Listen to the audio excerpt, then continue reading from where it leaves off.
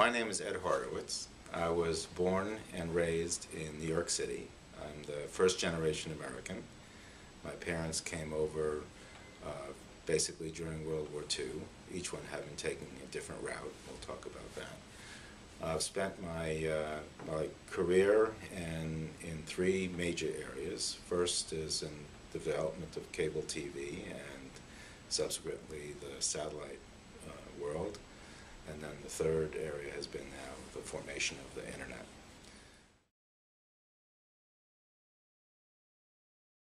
One day he got a call that the Gestapo was coming to get him, and so he had an escape route planned and enacted the escape route, which took him to Switzerland, where he was sponsored by a Swiss company, and then ultimately brought into the United States, where he was sponsored by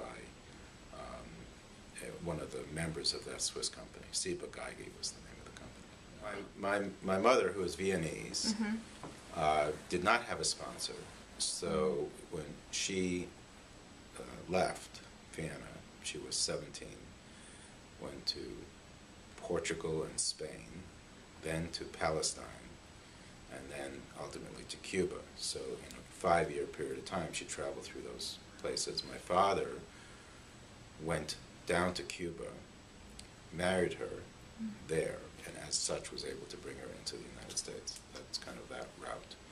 Oh. So, you know, as a refugee, you really are forced to basically start over. They did not have means, economic means when they came. It was all based upon their own ability to get a job, to work. So that kind of formed that very, very conservative perspective on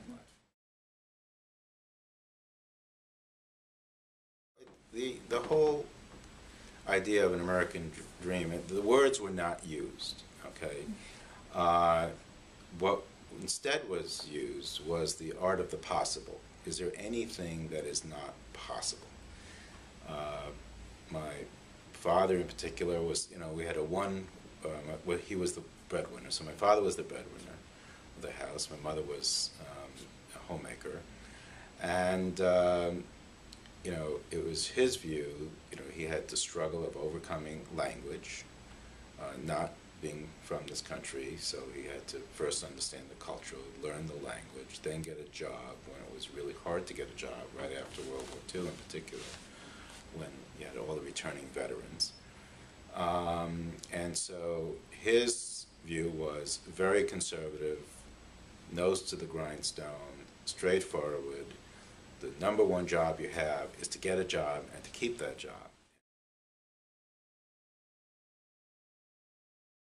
That the wonderful thing about the United States is it allows a person to create a dream and achieve it. And in my opinion, a dream is not about a house, a dog, a farm, grass outside. It's not about material things. It's really about achieving your aspiration. Now, if your aspiration happens to be, I want to be an astronaut, this country will allow you to become an astronaut, or to be in the space community and support the space community. If you want to be a fireman, you can be a fireman here. If you want to have a house and a dog and 5 acres, you can do it. But it doesn't mean that that is the dream. For me, the dream is what is possible. The United States of America allows an individual to create a view as to how they believe their life can be productive for themselves, for the family, and for society at large. And for me, that's the American dream.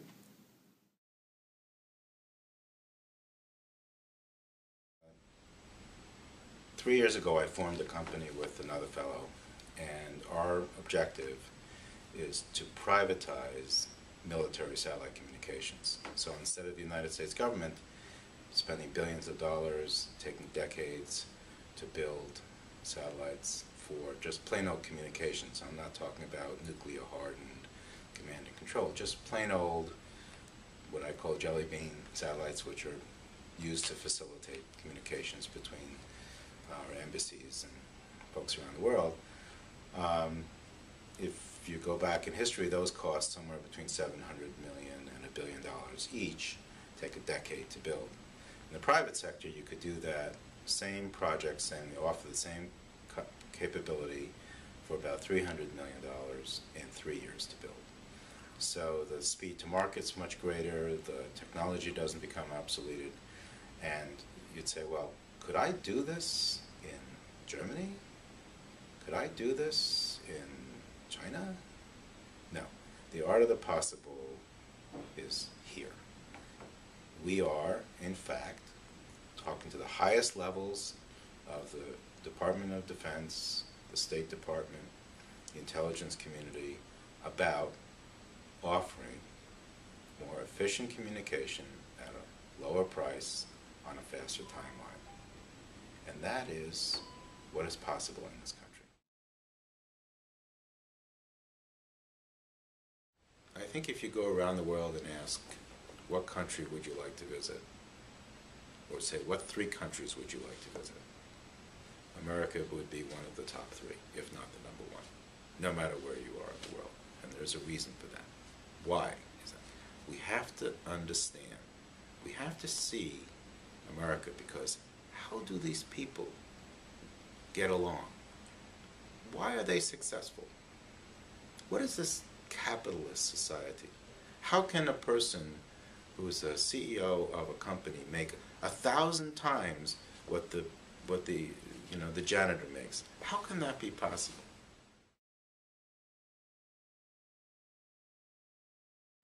The wonderful part about the United States was, is, and I think shall be going forward, is the ability to do what you want to do. And it's hard. And maybe you have to do a do-over and start again, because maybe your first dream may be a nice dream, but it may not be possible for you to do because you don't have the 10,000 hours to put into it. But there's always the possibility of advancement, of this, that. It's the possibility.